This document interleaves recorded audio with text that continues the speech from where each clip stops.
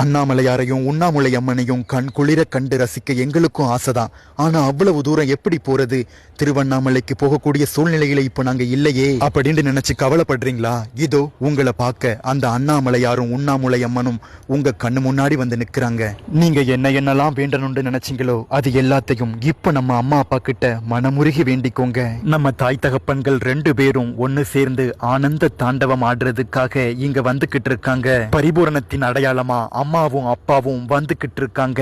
இந்த நேரத்துல நீங்க எதை கேட்டாலும் பரிபூரணமா நிறைவேறும். ஆஹா, காண கிடைக்காத இந்த காட்சியை காண்பதற்காகத்தான 1 வருஷமா தவம் இருந்தோம்.